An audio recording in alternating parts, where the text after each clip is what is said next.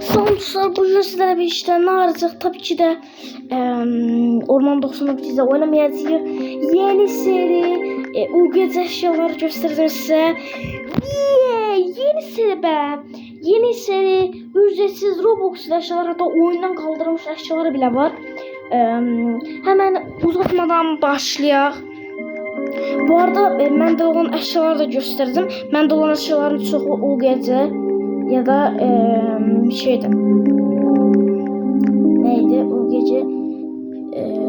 Hem benim eşyalarım hem de başka eşyalar gösterdim. Ben de onunla o gece ve oyunda olmayan eşyalardı.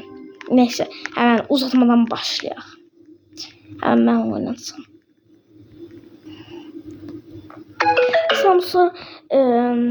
Samsung elə bir təzədən videoya başlayalım. Neyse, ilk oyunumuz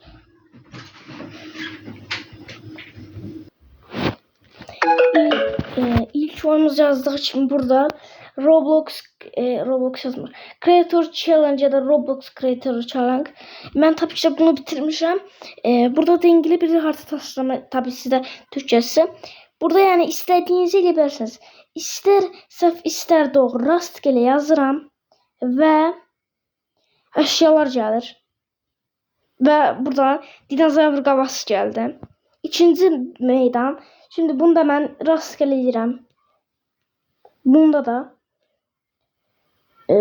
doğru değil demesine falan bakmayın. Gerek çok doğru yazılmaktan.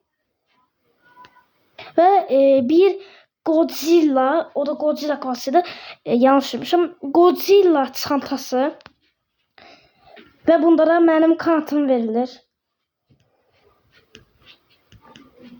Tık tık tık tık, hemen bitirelim. Tık tık tık.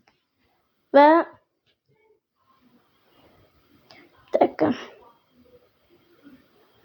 Ve məndə olan kanat verilir. Şimdi bu Godzilla çantası ben takabilmem, sadece bir eşya takmaq olur. Yani ben onun için kanatı daha çok sevdiğim için kanata taktım. Bunları ne tər takacağınızı bilmirsinizsə, sonraki bilmirsinizsə yorumlara yazın, bilirsinizsə bilirəm yazın. Bilmeyenler için de sonraki video ne tər eşya takılır onu göstereceğim. Tabi bu video göstermem ayrı video konusuna dönüşer. Neyse, diğer oyunumuz. Ve burada sadece 3 tane oyun gösterdim.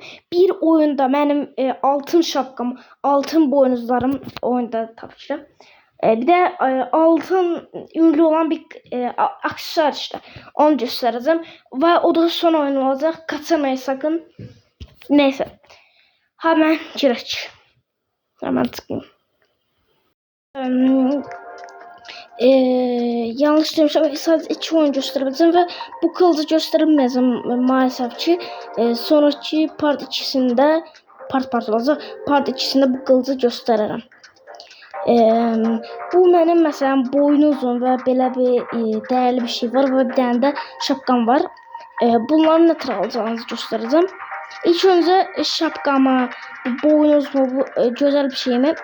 Onun yani bu şapkanın neyse. Burası çıkırıq ve bize bir tane eşya verir. Bize bir eşya verir. Burası çıkılmış için. Ya bəkləməli ya da bir tane ora değen kimi, sonra giren kimi olur. Ve burada bir tane parkur var. O parkur çıkanda da benim bir tane değerli eşyam var. Şapkam ve boynuzum değil. Bir tane eşya var, ondan verilir. Şapkamı nəsər almışam, hiç sormayın. Yadımda değil. Sonraki videoda da şapkanı göstereceğim. Şapkanı. Tabi araştırmalıyım çünkü unutmuşum ben. Böyle parkur var. Şu an ben bunu yerini göstereyim. Spam noktasının tam şurasında bir parkur var. Tabi ben buna geçmem 1 saat falan sürer. Ben bunu 1 saatte geçtim ve bu değerli eşyamı aldım. Şapka tam yadımda değil. Ya da direkt oraya çıktığımızda şapka ve bu verilebilir. Tam bildiğine yadımda değil. Neyse. Bay bay dostum. İkinci partın gelmesi için bu video tamına bir like edin. Bile. Ne bekliyordun lan?